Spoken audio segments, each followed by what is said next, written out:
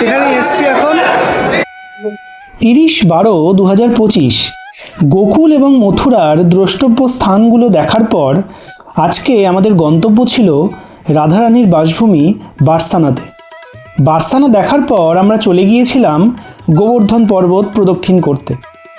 সেখানে গিরিরাজ পরিক্রমা করার পর আমরা সেখান থেকে বাসে করে পৌঁছে গিয়েছিলাম বৃন্দাবন অর্থাৎ রাধাকৃষ্ণের লীলাভূমিতে। সেখানে আমরা নিধিবন সহ বিভিন্ন যে প্রাচীন মন্দিরগুলো বৃন্দাবনে অবস্থিত সেগুলো আমরা দর্শন করেছিলাম। এক অভূতপূর্ব আবেগ এবং ভক্তিভাব আমাদের মধ্যে জাগরিত হয়েছিল সেই মুহূর্তগুলোতে। এই ভিডিওটি শুরু করার আগে সকলে মিলে একবার বলি রাধে রাধে। মথুরার গোবর্ধন চৌরায়া থেকে আমরা বাসে করে পৌঁছে গিয়েছিলাম বার্সানা বাস স্ট্যান্ডে।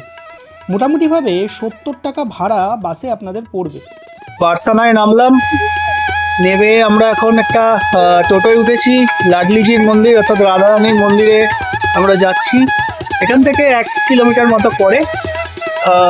এখানে রাধারানীকে সবাই লাডলিজি বলেই সম্বোধন করে, তো সেখানে আমরা যাচ্ছি, সেখানে গিয়ে দেখা হবে। মথুরা বা বৃন্দাবন থেকে আপনারা যদি বাজেট ট্রিপ করতে চান তাহলে এখানকার বাস সার্ভিসটা আপনারা অ্যাভেল করতে পারেন। বাসে করে আপনারা নন্দগাঁও, গোবর্ধন পর্বত এবং বার্সানা ঘুরে দেখতে পারেন। মোটামুটিভাবে পার হেড বাসে ঘুরলে আপনাদের খরচা পড়বে 200 থেকে 250 টাকার মতো, যেটা গাড়ি রিজার্ভ করে আপনাদের ঘুরতে গেলে পড়ে যাবে প্রায় 2 থেকে 2,500 টাকার কাছাকাছি। বার্সানা বাস স্ট্যান্ডে নেমে সেখান থেকে একটি টোটোতে করে আমরা পৌঁছে গিয়েছিলাম ভানুগড় পাহাড়ের পাদদেশে। এই ভানুগড় পাহাড়ের উপরই রাধারানীর এই মন্দিরটি অবস্থিত। প্রায় 250টা সিঁড়ি ভেঙে এই মন্দিরের মূল দ্বারে কিন্তু আমাদের পৌঁছাতে হলো। যারা বয়স্ক মানুষ, যাদের এই সিঁড়ি ভাঙতে অসুবিধা, তাদের জন্য কিন্তু এখানে পালকির ব্যবস্থাও রয়েছে, কিন্তু এই পালকির ভাড়াটি কিন্তু আলাদা। এই পালকির ভাড়া আপনারা এখানে পালকিওয়ালাদের সাথে কথা বলে ঠিক করে নেবেন। বার্সানা অর্থাৎ রাধারানীর জন্মভূমির পিছনে একটি ইতিহাস রয়েছে, যেটা আমি আপনাদের কাছে উপস্থাপন করার চেষ্টা করছি। এখানে মূলত 4টি পাহাড়, ভানুগড়, বিশালগড়, মানগড় এবং দানগড়, এই 4টি পাহাড় নিয়েই রাধারানীর বাসভূমি এই বার্সানা শহরটি অবস্থিত। এই পাহাড়গুলোকে ব্রহ্মার 4টি মাথা হিসাবে মনে করা হয়। কথিত আছে যে ব্রহ্মা শ্রীকৃষ্ণের কাছে রাধাকৃষ্ণের ঐশ্বরিক কার্যকলাপ দেখতে চেয়েছিলেন। তাঁর ভক্তিতে সন্তুষ্ট হয়ে শ্রীকৃষ্ণ তাদের লীলা দর্শনের জন্য ব্রহ্মাকে এই পাহাড় রূপে ধারণ করার আশীর্বাদ দিয়েছিলেন।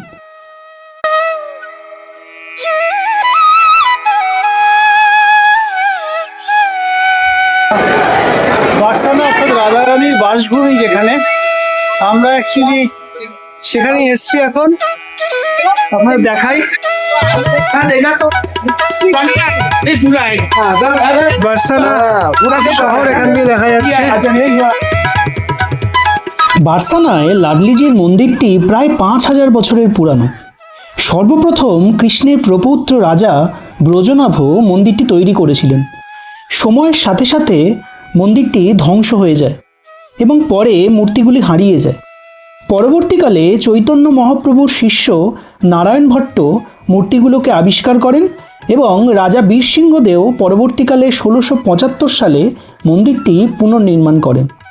বর্তমান মন্দিরটি আকবরের রাজসভার এক গভর্নর রাজা টোডারমলের তত্ত্বাবধানে তৈরি হয়েছিল। পুরো মন্দিরটিতে বেলে পাথরের এক অপূর্ব কারুকার্য করা হয়েছিল।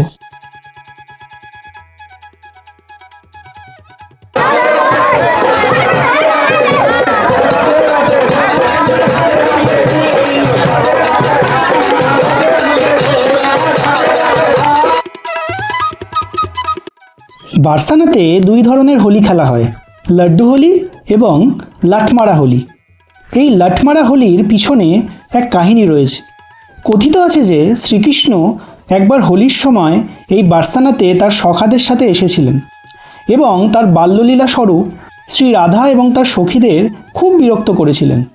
তার দরুন রাধারানী এবং তার সখীরা শ্রীকৃষ্ণ এবং তার সখাদের লাঠিপেটা করে এখান থেকে বার করে দিয়েছিলেন। এই ছিল শ্রী রাধাকৃষ্ণের সেই সময়ে বাল্যলীলা।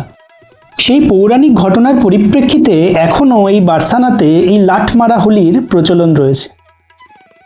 এই লাটমারা হোলির সংস্কার স্বরূপ এখনও হোলির সময় নন্দগাঁও থেকে যে পুরুষেরা এখানে হোলি খেলতে আসেন তাদেরকে এখানকার মহিলারা লাঠি দিয়ে আঘাত করেন এবং পুরুষরা সেই আঘাত শুধুমাত্র ঢাল দিয়ে প্রতিহত করেন।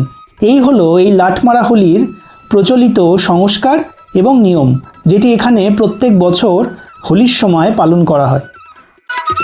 এখানে আবাল বৃদ্ধ বনিতা রাধাকৃষ্ণের নাম সংকীর্তনে মেতেছিলেন। এ এক অনাবিল ভক্তি, অনাবিল আনন্দ সেখানে দাঁড়িয়ে আমাদের অনুভূত হয়েছিল, যা হয়তো সত্যি আমি আপনাদের ভাষায় প্রকাশ করতে পারবো না।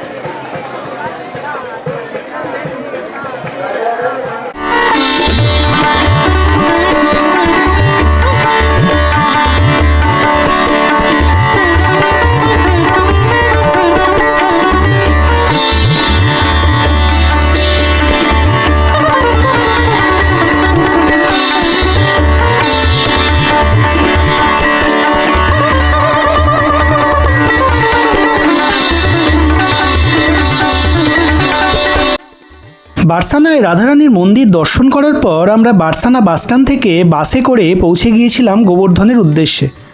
বার্সানা থেকে বাসে করে গোবর্ধন যেতে সময় লাগে মোটামুটিভাবে 15 থেকে 20 মিনিট। ভাড়া পড়ে জনপ্রতি 30 টাকা।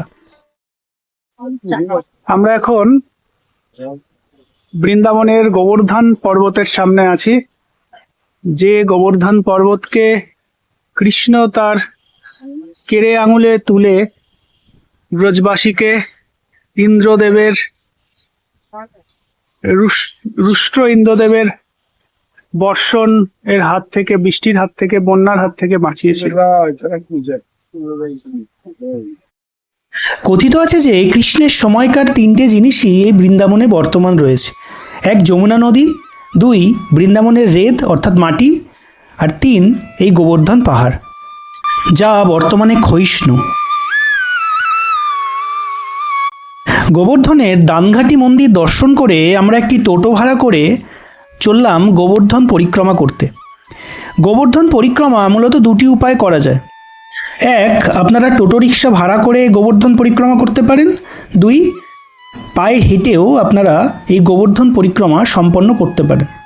মনে রাখতে হবে এই গোবর্ধন পরিক্রমার সমগ্র পথটি প্রায় 11 কিলোমিটারের কাছাকাছি পড়ে।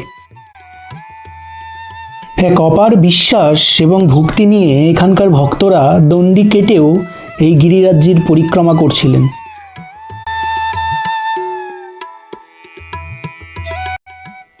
বৈদিক শাস্ত্র অনুযায়ী এই গিরিরাজ্যি অর্থাৎ গোবর্ধন পাহাড়ের পরিক্রমা সম্পন্ন করলে জীবনে এক অপার পুণ্য লাভ করা যায়। সেই বিশ্বাস এবং ভক্তি নিয়ে আমরা সেদিন গিরিরাজ্যের পরিক্রমা সম্পন্ন করেছিলাম। গোবর্ধন পাহাড় মূলত উত্তরপ্রদেশ রাজ্যে অবস্থিত হলেও এই গোবর্ধন পরিক্রমার সম্পূর্ণ রাস্তার কিছু অংশ রাজস্থানের মধ্যেও পড়ে, তাই এই পরিক্রমা করাকালীন আপনারা কিছুটা রাজস্থানের মধ্যে দিয়েও আপনাদেরকে যেতে হবে।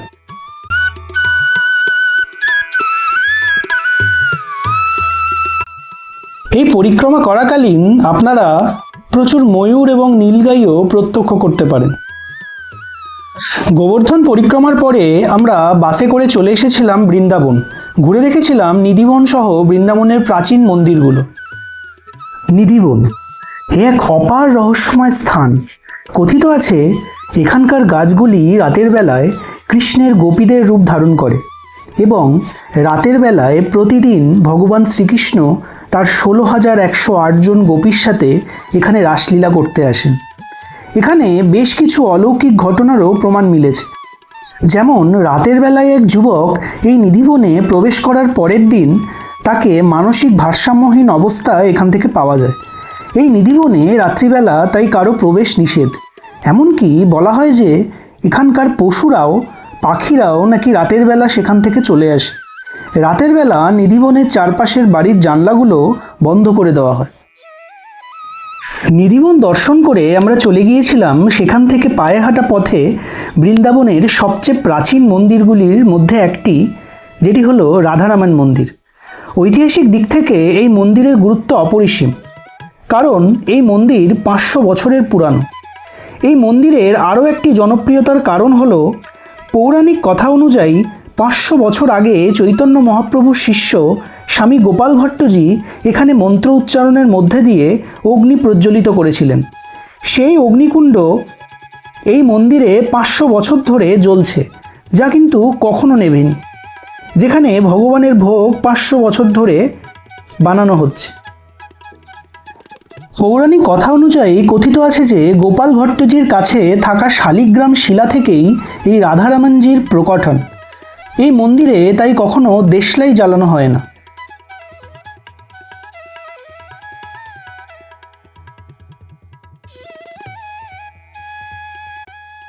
এরপর আমরা পৌঁছে গিয়েছিলাম রাধারামান মন্দির থেকে 1 কিলোমিটার দূরত্বে অবস্থিত শ্রী রঙ্গনাথজির মন্দিরে, যেটি মূলত দক্ষিণ ভারতের মন্দিরের আদলে বানানো হয়েছে।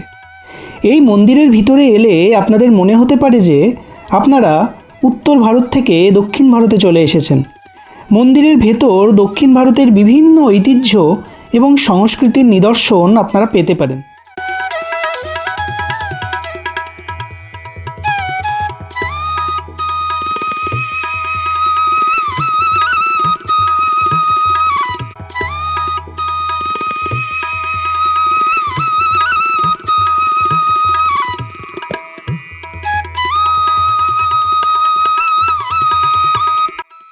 এই মন্দিরের মূল আকর্ষণীয় বিষয় হলো সোনার তালগাছ, যা কিনা মাটির 60 ফিট উঁচুতে অবস্থিত এবং মাটির নিচে প্রায় 20 ফুট গভীরে অবস্থিত।